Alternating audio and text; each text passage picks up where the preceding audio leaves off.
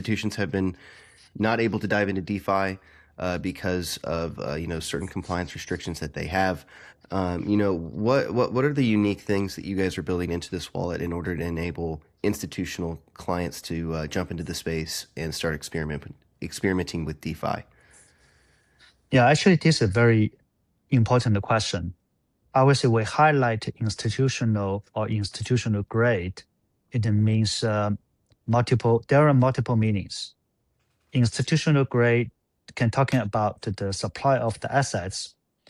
They are institutional grade, like our partners like UBS, Invesco, Wellington, Bank of New York. These are tier one institutional players in the current financial system. Institutional grade also means the solid legal structure. What's the token mean? Institutional grade also mean what's the underlying, the linkage, solid linkage between the underlying assets and also the token, which is a representative of the ownership. So net, this institutional grade putting together, it's also about the risk management, governance, etc., disclosure. Put all these things we say institutional grade. Sounds one word, but the meaning is, if not institutional grade, there will be no trust. No trust, no serious money, no serious business. So when one side we believe the technology, Web3, blockchain, which enable the capital markets go to the next level of digitalization. But that said, it is still talk about the financial industry. So institutional grade is fundamental to build the trust. Build the trust is a fundamental to the financial industry. It's a great answer, but you mentioned trust a lot there, and institutions need to trust these products. They need to trust the data. They need to trust what they're doing, what they're using.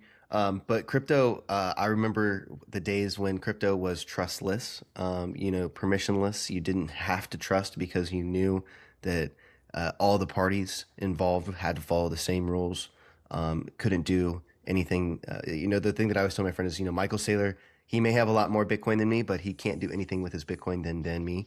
Do you think that this goes against kind of the spirit of crypto at all? Or do you think that this is just something that the space is going to have to accept in order to actually have mass adoption? Thank you for this follow-up question. Actually, I don't see it's a conflicting or even contradictory.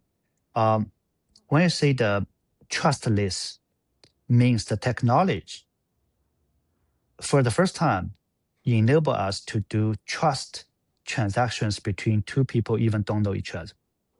Because the technology brings in like the immutable, undeniable, this kind of thing. So people even don't need to know who you are, but the transaction can be a trusted transaction.